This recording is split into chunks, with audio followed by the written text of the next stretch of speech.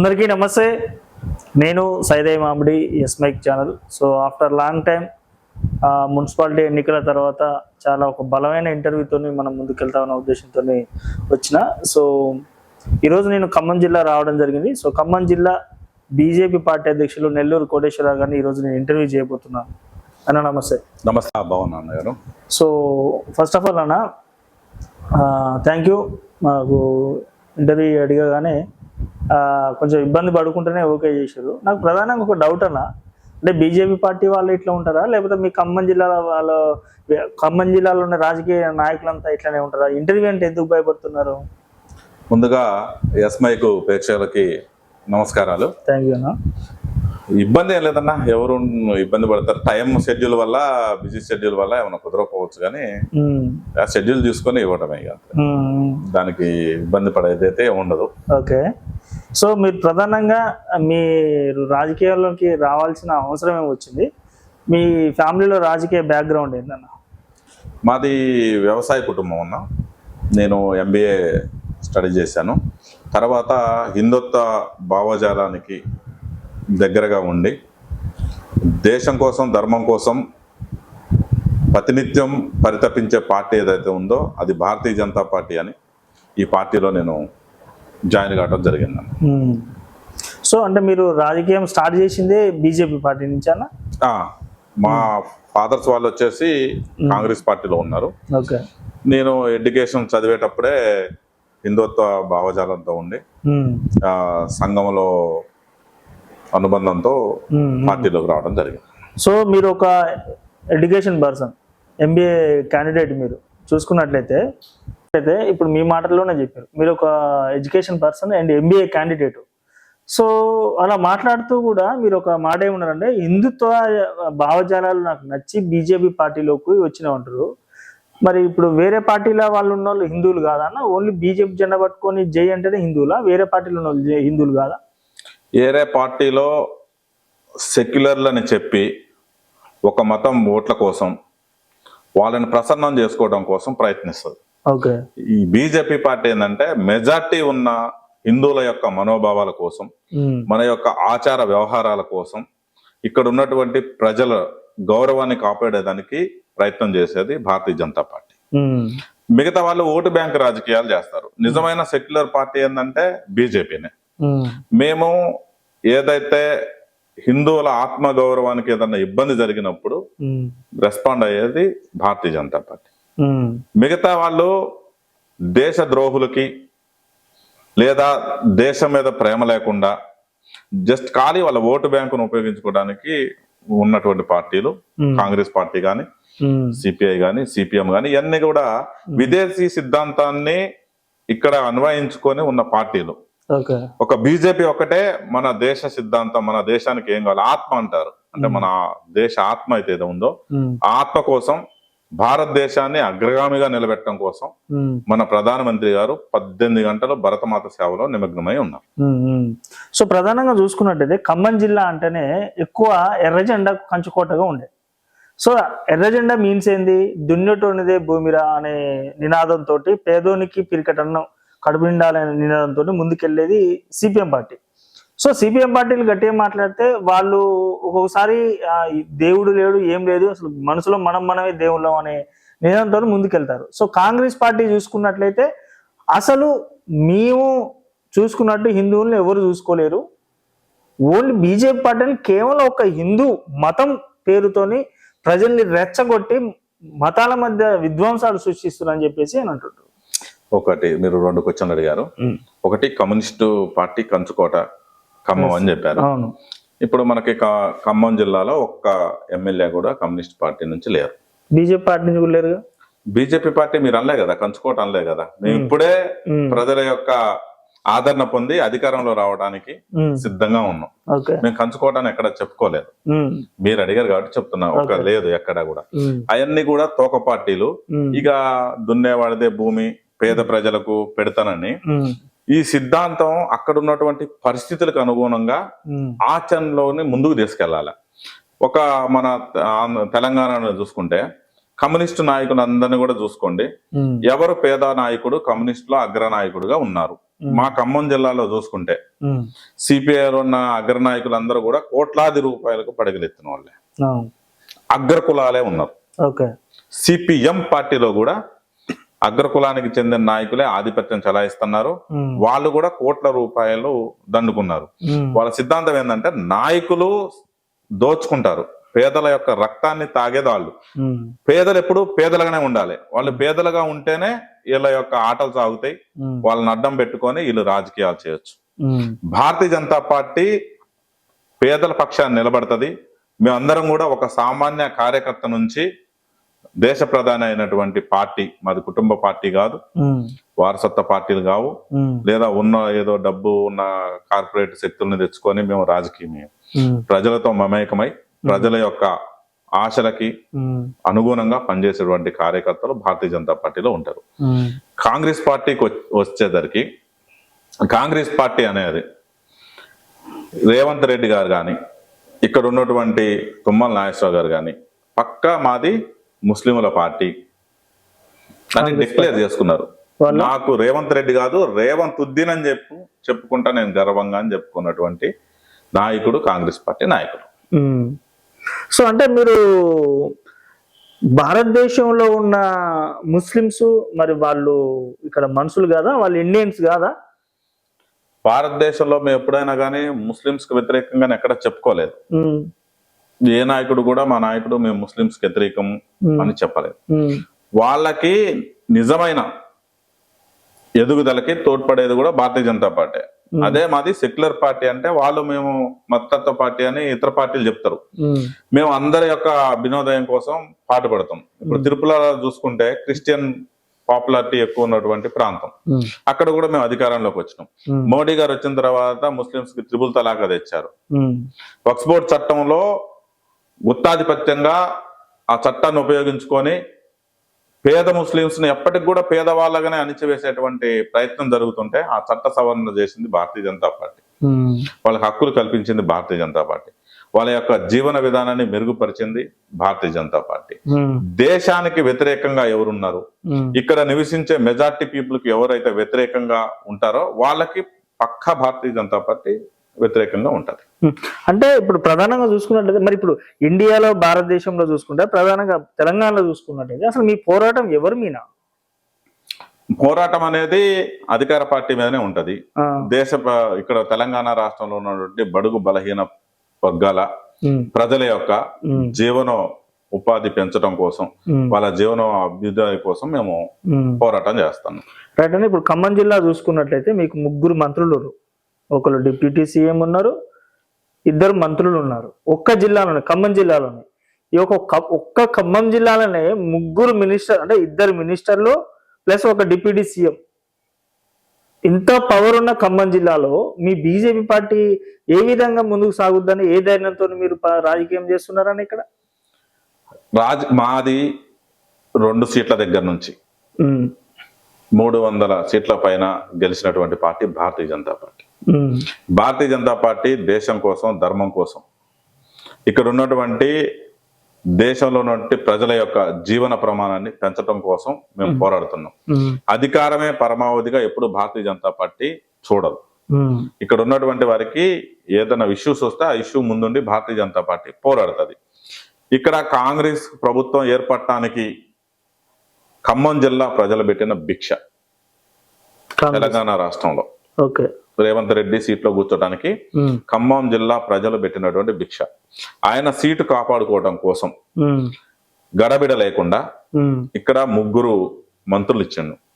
3 మంత్రులు ఇచ్చిన తర్వాత కూడా ఖమ్మంలో వాళ్ళు తెచ్చినటువంటి నిధులు ఎన్ని, ఖమ్మంలో చేసినటువంటి అభివృద్ధి కార్యక్రమాలు ఏంటి, ఖమ్మాన్ని వాళ్ళు ఏ విధంగా డెవలప్ చేశారు, ఒక మాట సూటిగా 3 మంత్రులను అడుగుతున్నా. ఒక మంత్రి వచ్చేసి కమిషన్ కోసం ఎవరు పనులు ఇప్పించుకుంటే కమిషన్ తీసుకున్న మంత్రి ఎవరు? Deputy CM. కాంట్రాక్ట్ ఇస్తే బిల్లు చేయాలంటే కమిషన్ తీసుకుని బిల్లులు చేస్తారు. డిప్యూటీ సీఎం గారా? ఆబ్వియస్లీ అందరు అనుకుంటుంది. అనుకుంటురా? మీరు డిక్లరేషన్ అనుకుంటుందే? నీకు తెలియదు? తెలుసు. ఓకే. ఉన్నాయి. ఇంకొక మంత్రి, వ్యవసాయ శాఖ మంత్రి గారు ఉన్నారు. వారి యొక్క శాఖలో చేసినటువంటి అభివృద్ధి కార్యక్రమాలు ఏంటి, ఇక్కడికి తెచ్చిన రాష్ట్ర ప్రభుత్వం నుంచి తెచ్చిన నిధులు ఏంటి, ఇక్కడ ఖమ్మం జిల్లాకి అభివృద్ధి ఏదైనా జరిగిందంటే కేంద్ర ప్రభుత్వం నుంచి వచ్చిన వాటాలో నుంచి నిధుల ద్వారానే అభివృద్ధి జరిగింది. ఇక్కడ వచ్చేసి అమృత పథకం కింద ఖమ్మం సిటీ కార్పొరేషన్ డెవలప్ అయినా గానీ, తర్వాత ప్రయాణానికి సులువుగా జాతీయ రహదారులు ఖమ్మానికి చైన్ లెక్క, గొలుసు లెక్క 2, దేవరపల్లి గ్రీన్ఫీల్డ్ హైవే గాని, తర్వాత నాగపూర్ నుంచి అమరావతి గాని, ఈ 2 హైవేలు పూర్తిగా కేంద్ర ప్రభుత్వం నుంచి వచ్చినాయి. పంచాయతీలకు కూడా కేంద్ర ప్రభుత్వం నుంచి వచ్చే నిధులతోనే వీళ్ళు ఖర్చు పెట్టారు తప్ప రాష్ట్ర ప్రభుత్వ వాటా ఎక్కడా కూడా తీసి ప్రజలకు పెట్టలే. కేంద్ర ప్రభుత్వ నిధుల్లో కూడా కమిషన్లు తీసుకుని వాళ్ళ జేబులో వేసుకుంటున్నారు నాయకులు. దీన్ని మేము ప్రజల వద్దకు తీసుకెళ్తున్నాం. 11 సంవత్సరాల్లో మోడీ గారు అందించిన యొక్క సుపరిపాలనని ప్రజల దగ్గరకు తీసుకెళ్తున్నాం. ఈ విధంగా మేము యొక్క ప్రజల మన్నన పొందుతున్నాం. వీళ్ళు వచ్చి 2 సంవత్సరాలు అయినా గాని ఏమి అభివృద్ధి చేయలేదు. వాళ్ళ కుటుంబాల అభివృద్ధి అని, ప్రజలు మాత్రం ఏమి అభివృద్ధి చేయలేదు. కాంగ్రెస్ పార్టీ వచ్చిన తర్వాత తెలంగాణ రాష్ట్రంలో ప్రజలకి, మహిళలకు ఉచిత బస్సు వచ్చింది, ప్రతి ఇంటికి ఉచిత కరెంట్ వచ్చింది, సన్న బియ్యం వచ్చింది, రైతు బంధు ఇస్తున్నారు, రైతు భరోసా ఇస్తున్నారు, కళ్యాణ లక్ష్మి ఇస్తున్నారు. మీరేమి ఇస్తున్నారు బీజేపీ పార్టీ సెంట్రల్ లో ఉండే ప్రజలకు? ఇప్పుడు కాంగ్రెస్ గవర్నమెంట్ రావడానికి రేవంత్ రెడ్డి గుంపు మేస్త్రి అంటాం. ఎందుకంటే అడ్మినిస్ట్రేషన్ లో జీరో నాలెడ్జ్ రేవంత్ రెడ్డి, అనుభవం లేదు. ఏమంటాడు, 4 ఐఏఎస్ఎల్ని పెట్టుకొని వాళ్ళు చెప్తారు, నేను ఆచరిస్తా. ఇప్పుడు మేస్త్రి ఉంటారు కదా, కింద మేస్త్రులు అంతా కలిపితే పైన మేస్త్రి పెత్తనం చేస్తారు. అయితే ఈ గ్యారంటీల్లో మహిళలకు ఇచ్చిన ఉచిత బస్సు తప్ప వాళ్ళు అమలు చేసిన ఒక్క హామీ కూడా తెలంగాణలో లేదు. రైతు బంధు ఇస్తానని చెప్పారు. ఎంతమందికి రైతు బంధు ఇచ్చారు? భరోసా ఎంతమందికి ఇచ్చారు? కౌలు రైతులకు ఇస్తానన్నారు, కౌలు రైతులకి ఇదే. 2 లక్షల దాటిన వాళ్ళకి రుణమాఫీ చేస్తానన్నారు.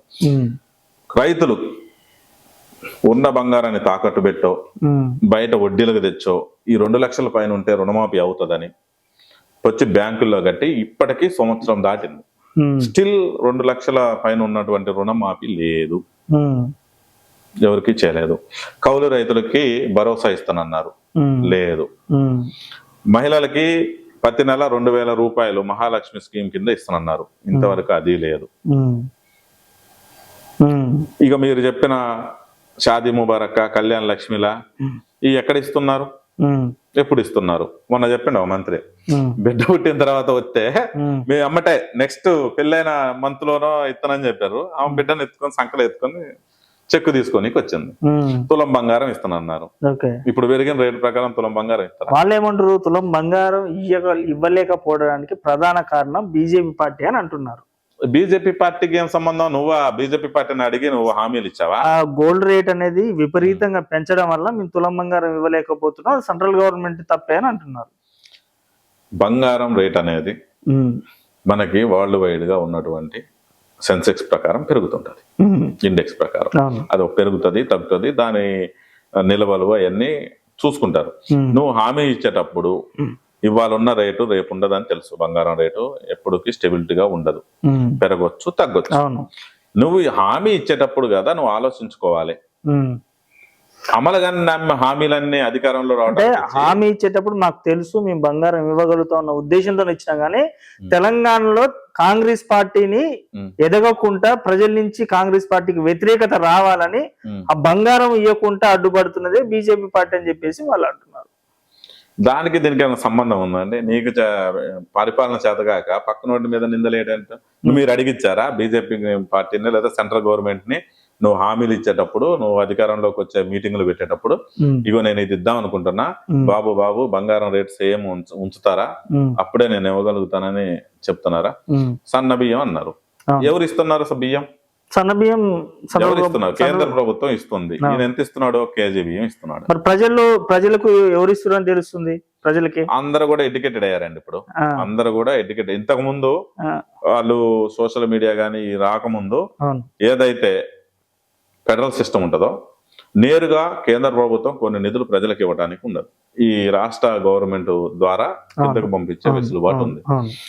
వీళ్ళు కేంద్ర ప్రభుత్వం వచ్చిన నిధులన్నీ కూడా స్కీమ్స్ మార్చి వీళ్ళ కుటుంబ పేర్లు, లేకపోతే రాజీవ్ గాంధీ పేరు, ఇందిరాగాంధీ పేరు, నెహ్రూ పేరు, వీళ్ళందరూ పెట్టుకొని దారి మరలించి ఏదో వీళ్ళు గొప్పగా ఇస్తున్నట్టు దాన్ని పబ్లిసిటీ చేసుకుంటున్నారు. ఇప్పుడు ప్రజలందరూ కూడా ఎవరు కేంద్ర ప్రభుత్వం ఇస్తుందా, రాష్ట్ర ప్రభుత్వం ఇస్తుందా అని చూస్తున్నారు.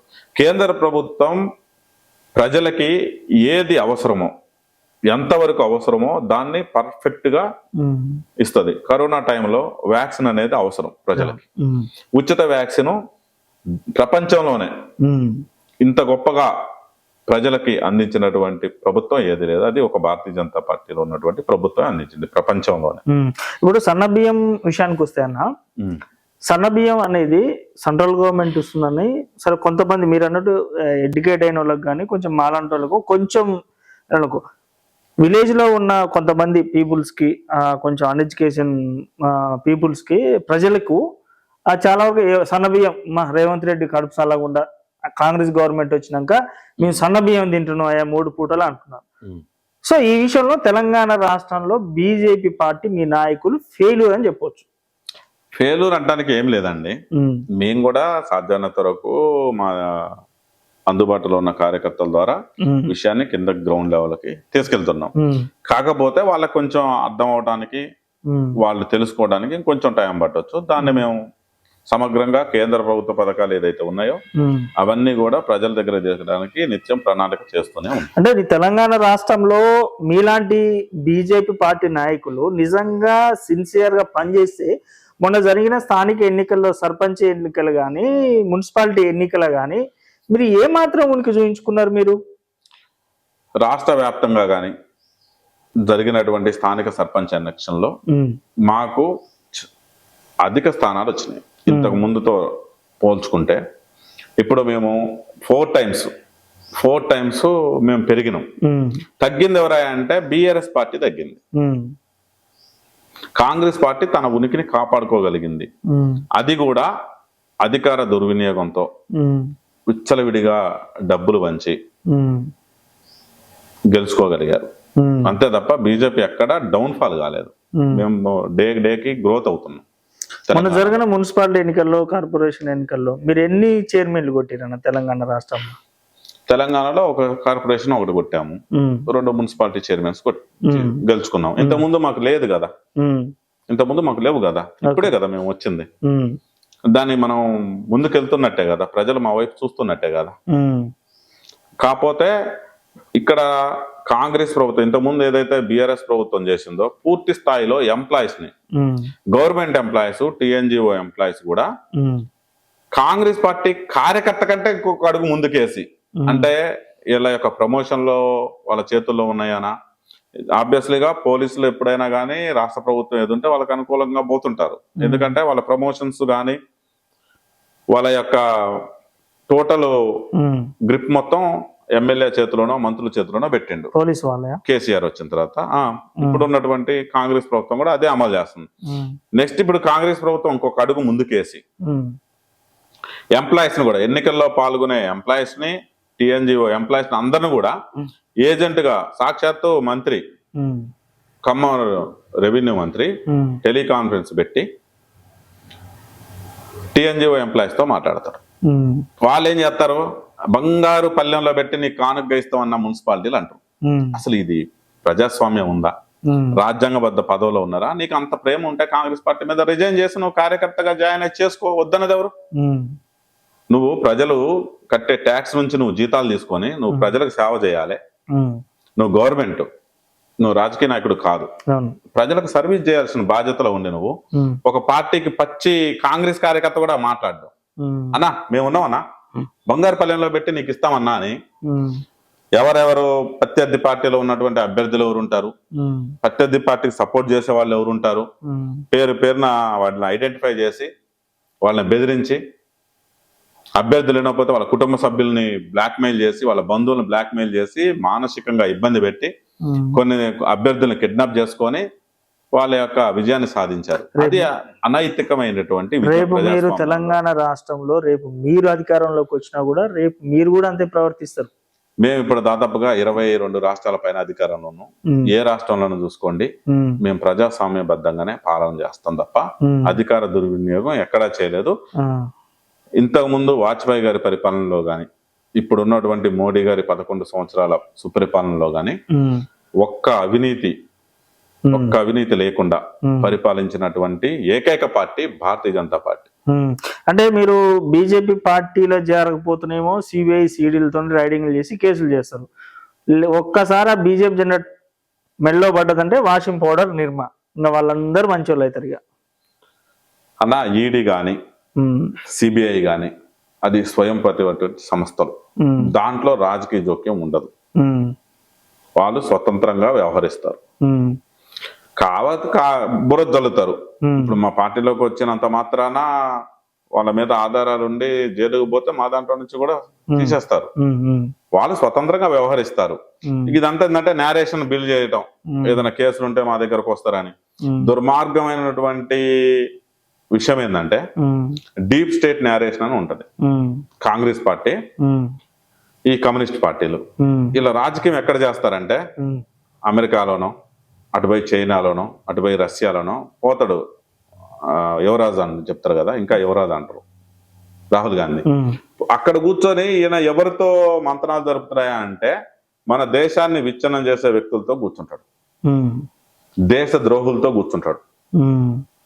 ఇక్కడ వచ్చి ఇండియాలో అది బాగలేదు, ఇది బాగలేదు, ఇండియా మంచిగా లేదంటే ఒక దేశ పౌరుడై ఉంది, ఒక దేశానికి ఇంతకుముందు పాలించినటువంటి ఒక పార్టీకి నువ్వు రిప్రజెంటేషన్ ఉండి దేశాన్ని ముందు పెట్టాలి. అందుకే చెప్తున్నా, ఇవి విదేశీ సిద్ధాంతం, విదేశీ వ్యక్తుల యొక్క చేతుల్లో ఈ పార్టీలు ఉన్నాయి కాబట్టి ఇంకా ఈ దేశాన్ని ఎదగకుండా తొక్కి పడుతున్నాయి పార్టీలు అవే.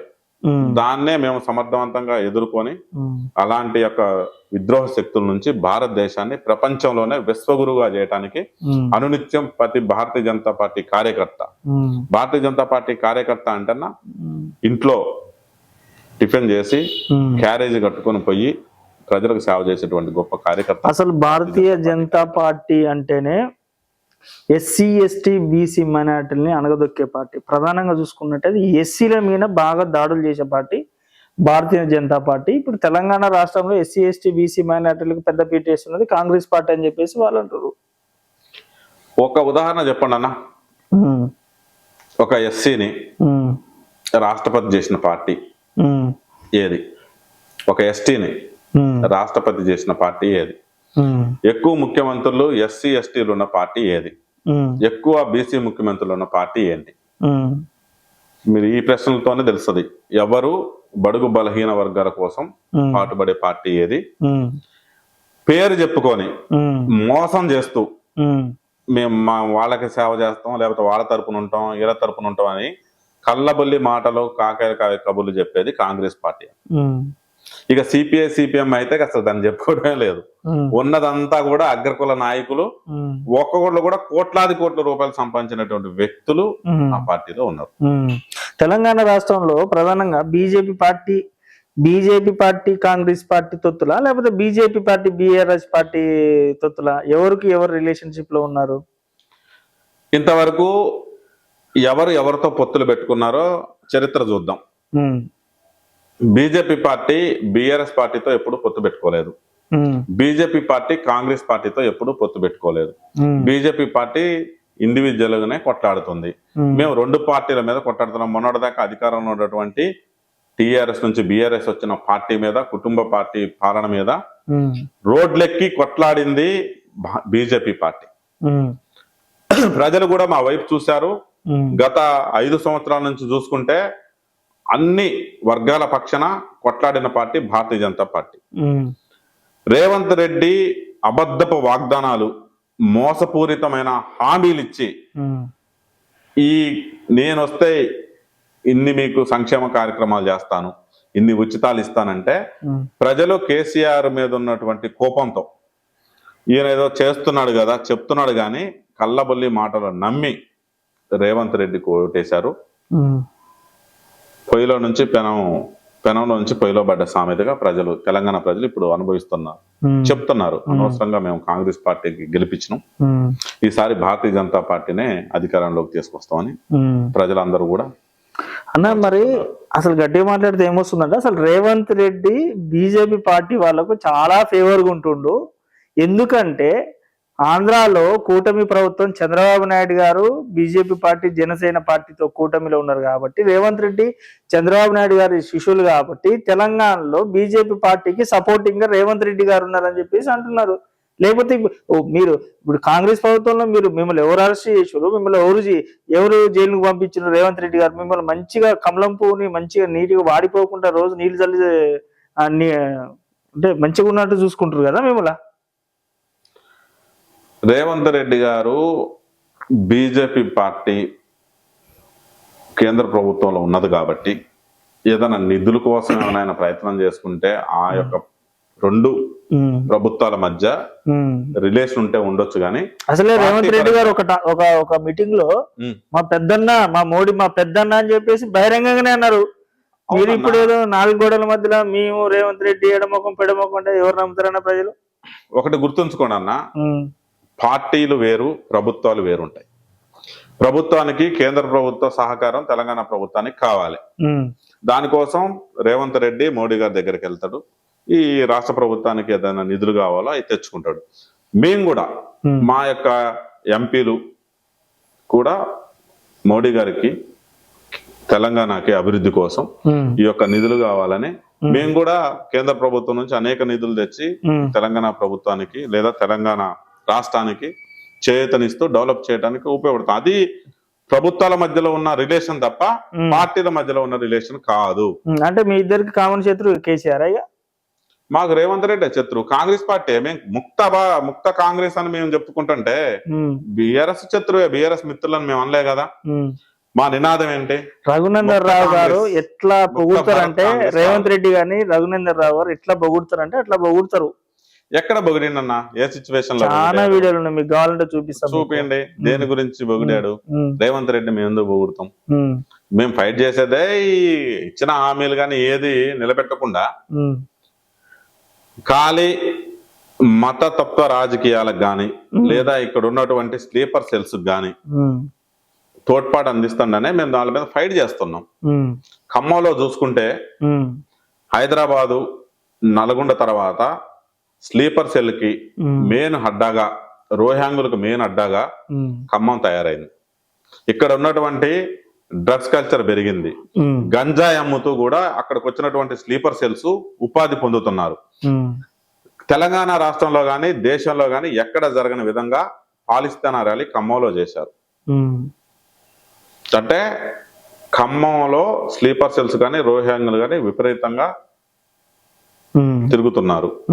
దీన్ని అరికట్టడానికి భారతీయ జనతా పార్టీ ప్రతినిత్యం ప్రయత్నం చేస్తుంది. అనేక విధాలుగా మేము కలెక్టర్ గారికి, తర్వాత ఇక్కడ ఉన్నటువంటి సిపి గారికి రిప్రజెంటేషన్ ఇచ్చినాం. వీళ్ళందరినీ కాపాడుకునే బాధ్యత ఎవరు తీసుకున్నారా అంటే తోక పార్టీలు ఉన్న సిపిఐ, సిపిఎం, రేవంత్ రెడ్డి తీసుకున్నాడు బాధ్యత. ఇక మాకు వాళ్ళకి మిత్రత్వం ఎక్కడదన్నా? బరాబర్ ఫైట్ చేయడమే. ప్రజలకు ఏదైతే కాంగ్రెస్ పార్టీ అన్యాయం చేస్తుందో, ప్రజల సొమ్ముని వాళ్ళ జేబులోకి నింపుకుంటున్నారో వాటిని కక్కిచ్చేదాకా మేము పోరాడుతూనే ఉంటాం. ఈ యొక్క ముక్త భారత్ కాంగ్రెస్ ని ఖమ్మం జిల్లాలో మీరు హిందువులకు బీజేపీ పార్టీ శత్రువా లేకపోతే క్రిస్టియన్స్ కు బీజేపీ పార్టీ శత్రువా? మేము ఎవరికి శత్రువులు కాదన్న. మేము యొక్క మెజార్టీ పీపుల్ యొక్క ఆత్మగౌరవాన్ని కాపాడటానికి ప్రయత్నం చేస్తాం. పేద ప్రజల యొక్క జీవన విధానాన్ని పెంపొందించడం కోసం మేము ప్రయత్నం చేస్తాం. మరి జై శ్రీరామ్ అనే నినాదం మీరెందుకు ఓన్ చేసుకున్నారని? జై శ్రీరామ్ అనేది మన సనాతన ధర్మం నుంచి మన భారతదేశంలో మనం ఒక తండ్రిగా రోల్ మోడల్ గా తీసుకుంటాం, ఒక కొడుకుగా రోల్ మోడల్ గా తీసుకుంటాం, ఒక గురువుగా రోల్ మోడల్ గా తీసుకుంటారు, ఒక అన్నగా తీసుకుంటాం. అలాంటి గొప్ప వ్యక్తిని జై శ్రీరామ్ అనే నినాదం మన ఆత్మలో ఉందన్న. భారతదేశం ఇదే మాట మీద బరాబర్ మేము జై శ్రీరామ్ అంటాం, దాంట్లో తప్పేమో. ఇదే మాట మీద అద్దంకి దయాకర్ గారు ఏమన్నారు గుర్తుందా? సీత ఏమన్నా మీ చిన్నమ్మనా, రాముడు ఏమన్నా మీ బాబాయినా? రాముడు అందరు దేవుడు, సీతమ్మ అందరికి తల్లి. ఏమో మీరేదో బీజేపీ పార్టీ మీరొక్కలేదు ఉద్ధరించి మీరొక్కలే పూజలు చేసి దేవుని కాపాడుతున్నట్టు, అసలు మీ ఇంట్లోనే పుట్టింది మీ ఇంట్లోనే పెరిగింది రాముడు సీతమ్మ అన్నట్టు చేస్తారేంది? రాముడు సీత అనేది మన భారతదేశపు వారసత్వ వారసులు, అంతేగా. ఎవరైనా అనొచ్చు. ఇప్పుడు అద్దంకి దయాకర్ గారు వచ్చి జై శ్రీరామ్ అంటే మేము అనొద్దన్నామా? అనొద్దని మేము చెప్పినామా? సీతమ్మ తల్లి అంటే మేము అనొద్దని చెప్పినమా? ఇప్పుడు రమ్మనండి, నేను తీసుకెళ్లి భద్రాచలం, మన దక్షిణ అయోధ్యగా ఉన్నటువంటి భద్రాచలంలో పూజ చేపిస్తా వారిని తీసుకెళ్లి. బరాబర్ అనమనండి. అసలు భారత మాతకి జై అనమనండి అద్దంకి దయాకర్. ఎందుకన్నాడు ఆయన భారతీయుడు కదా? కాదనే కదా నేను చెప్పేది. అయితే అంటాడు కదా, ఎవరైనా భారతీయుడు భారత మాతకి జయ అంటాను. భారతీయుడు కానీ తెలంగాణ ఎమ్మెల్సీ అయింది అన్న. ఎప్పుడన్నా అన్న వీడియోలో ఏమైనా ఉంటే కొద్దిగా నాకు పంపి అన్న. అంతేనా? స్టోరేజ్ చేసి కొద్దిగా పంపియండి. సరే, నేను ఇంటర్వ్యూ తీసుకునేటప్పుడు మీకు కాల్ చేసి ఖచ్చితంగా మాట్లాడిస్తాను. సో బరాబర్ అన్న, ఆల్రెడీ ఒకసారి ఇంటర్వ్యూ చేసిన, మళ్ళీ టైం తీసుకున్న చేసేది ఉంది. సో ప్రధానంగా మీ పర్సనల్ గా చూసుకున్నట్లయితేనా, మీ మీద నేను ప్రధాన ఒక ఆరోపణ, సిరి గోల్డ్ ఫైనాన్స్ లో కొందరి జనాల కాంచని డబ్బులు కట్టించి దాదాపు 15-20 కోట్లు మీరు ప్రజల దగ్గర నుంచి అక్రమంగా వసూలు చేసిరని చెప్పేసి మీ మీద A1 గా కేసు అనేది నమోదు చేయడం జరిగింది. సో దానివల్ల మీ రాష్ట్ర అధ్యక్షుల వారు కూడా వన్స్ అపాన్ టైం ఇక్కడ ఈ పర్యటనకు వచ్చేది ఉంటే, సో ప్రజల నుంచి వ్యతిరేక వస్తుందని చెప్పేసి ఆ ప్రోగ్రామ్ కూడా క్యాన్సిల్ చేసుకోవాలని చెప్పేసి విన్నా. ఒక విషయం అన్న, అది కోర్టు పరిధిలో ఉంది. ఒకటేంటంటే కంపెనీ స్టిల్ రన్నింగ్ చేస్తున్నారు. వారు మాకు ఇంతకు ముందు నుంచి కూడా పరిచయమే, ఆ యొక్క CEO. దాంట్లో నేను పార్ట్నర్ కాదన్నా. నాకు ఎటువంటి లావాదేవీలు ఆ కంపెనీతో లేవు.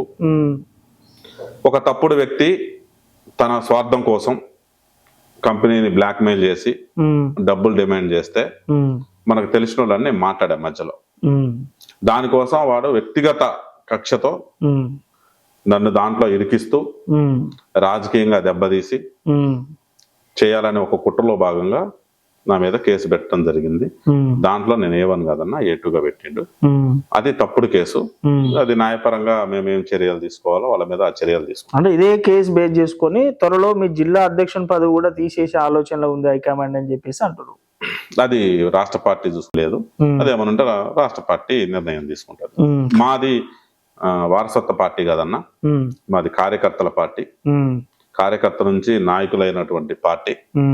మా యొక్క రాష్ట్ర పార్టీ నిర్ణయం మేరకు అందరూ కూడా దాన్ని శిరసా వహించాల్సిందే. మేము దేశం కోసం ధర్మం కోసం పోరాడే కార్యకర్తలన్నా ఇలాంటి ఆరోపణలు వస్తూనే ఉంటాయి. దాన్ని మేము న్యాయపరంగా ఎదుర్కొంటాం, ఇబ్బంది లేదు. సో మీరు ఖమ్మం జిల్లాలో ఇద్దరు మినిస్టర్లు, ఒక డిప్యూటీ సీఎం తోటి మీరు ఎలాంటి ఫైట్ చేస్తున్నారన్న, ఇలా ఏ సమస్యల మీద పోరాటం చేశారు ఇప్పటి వరకు? అనేక సమస్యల మీద మేము పోరాటాలు చేస్తూనే ఉన్నాం అన్న. ప్రజల సమస్యల మీద, ఇక్కడ ఉన్నటువంటి అభివృద్ధి, ఇందిరమ్మ ఇల్లు పేదలకి కేటాయించే విషయంలో అయితే ఏంటి, తర్వాత రోడ్ల నిర్మాణంలో అయితే ఏంటి, తర్వాత ఎక్కడైతే అక్రమంగా నాణ్యత లేకుండా ఎక్కడైతే ప్రాజెక్టు కడుతున్నారో అక్కడ, తర్వాత ఇక్కడ ఉన్నటువంటి మున్నేరు వాగు నిర్వాసితులకు భూములు కేటాయించడం విషయంలో కానీ, ప్రతి విషయం మీద కూడా భారతీయ జనతా పార్టీ పోరాడేది. ఖమ్మం జిల్లాలో ఎవరైనా పోరాడుతున్నారంటే అది భారతీయ జనతా పార్టీ. సిపిఎం వాళ్ళు గారా? ఎక్కడైనా చూపియన్నా పోరాడిన విషయాలు చూపియండి. వాళ్ళు రోడ్డు మీదకి వచ్చి ఎక్కడైనా పోరాడిన విషయాలు చూపియండి. పోరాటం అంటేనే గుర్తొచ్చేది ఎర్ర జెండా. అది అనుకుంటారు అన్న, అట్లా ప్రజల్ని అట్లా అనుకొని మభ్య పెట్టారన్న. వాళ్ళు ఎప్పుడు ప్రజల పక్షాన పోరాడరన్న. వాళ్ళకి ఏదైనా కావాలనుకుంటే ఆ ఇష్యూ మీద పోరాడతారు, సెటిల్మెంట్ చేసుకుని వెళ్ళిపోతారు. సో లాస్ట్ అండ్ ఫైనల్ గా మీకు తెలంగాణ రాష్ట్రంలో ప్రధాన ప్రతిపక్ష పార్టీ ఏదైనా? కాంగ్రెస్ పార్టీ. అంటే బీఆర్ఎస్ మీరు పొత్తా? బీఆర్ఎస్ అసలు అధికారంలో లేదు కన్నా, అది మాకు ప్రధాన ప్రతిపక్ష పార్టీ ఎట్లా ఇద్దన్నా. అధికారంలో ఎవరుంటే నేను వాళ్ళ మీద పోరాడతాం, వాళ్ళని దింపేదాకా పోరాడుతూనే ఉంటాం. భవిష్యత్తులో తెలంగాణ నెక్స్ట్ రాబోయే ఎమ్మెల్యే ఎలక్షన్ లో బీజేపీ పార్టీ బీఆర్ఎస్ పార్టీ పొత్తులో తెలంగాణలో పోటీ చేస్తూ గవర్నమెంట్ ఫామ్ చేయాలని చెప్పి ఆలోచన చర్చలు జరుగుతున్నాయా లేవా? నాకైతే ఎక్కడ ఆ విధంగా అయితే నోటీస్ రాలేదన్న. మేము ఇండివిజువల్ గానే పోరాడుతున్నాం, ఇండివిజువల్ గానే అధికారం రావడానికే ప్రయత్నం చేస్తాం. ఈసారి అధికారంలోకి వచ్చేది కూడా భారతీయ జనతా పార్టీ. మా రాష్ట్ర అధ్యక్షులు రామచంద్రరావు గారి నేతృత్వంలో ఉన్నటువంటి ఎంపీలు ఎమ్మెల్యేలు అందరం కూడా కలిసి భారతీయ జనతా పార్టీని బరాబర్ ఈసారి అధికారంలోకి, తెలంగాణలో అధికారంలోకి తీసుకొస్తాం. ఇక్కడ కూడా రామరాజ్యం స్థాపనకి మేము పోరాడుతాం. యాక్చువల్లీ రాష్ట్ర అధ్యక్షుని పదవి ఈటెల రాజేందర్ కు వస్తుందనే తరుణంలో రామచంద్రరావు గారికి వచ్చింది కదన్న.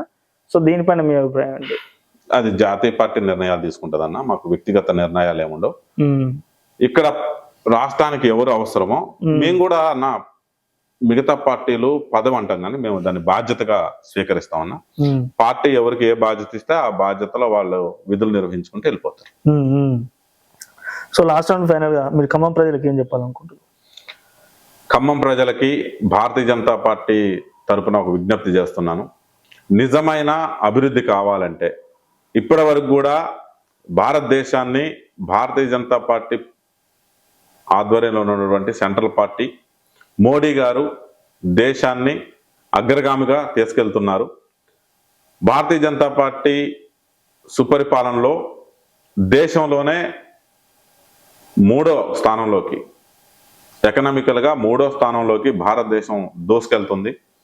మేక్ ఇన్ ఇండియా కానీ, మేడ్ ఇన్ ఇండియా కానీ, ఇక్కడ ఉన్నటువంటి బడుగు బలహీన వర్గాల ప్రజల అభ్యున్నతికి పాటుపడే ఏకైక పార్టీ భారతీయ జనతా పార్టీ. వీళ్ళు ఇచ్చేటువంటి కళ్ళబొల్లి మాటలు నమ్మకండి, ఈ వాగ్దానాన్ని నమ్మకండి. నిజంగా అభివృద్ధి కావాలి, మీ కాళ్ళ మీద మీరు నిలబడాలి, మీ యొక్క పిల్లల యొక్క భవిష్యత్తు బంగారంగా ఉండాలి అనుకుంటే భారతీయ జనతా పార్టీకి సపోర్ట్ చేయండి. భారతీయ జనతా పార్టీ నాయకులైనా కార్యకర్తలైనా కానీ నిస్వార్థంగా దేశ సేవ కోసం పనిచేస్తారు, యొక్క హిందువుల మనోభావాల కోసం పనిచేస్తాం. కాబట్టి మీరందరూ కూడా భారతీయ జనతా పార్టీని ఈసారి గెలిపించాలని ఖమ్మం ప్రజలకు విజ్ఞప్తి చేస్తున్నాం. సో ఓకే అన్న, thank you so much. Thank you అన్న.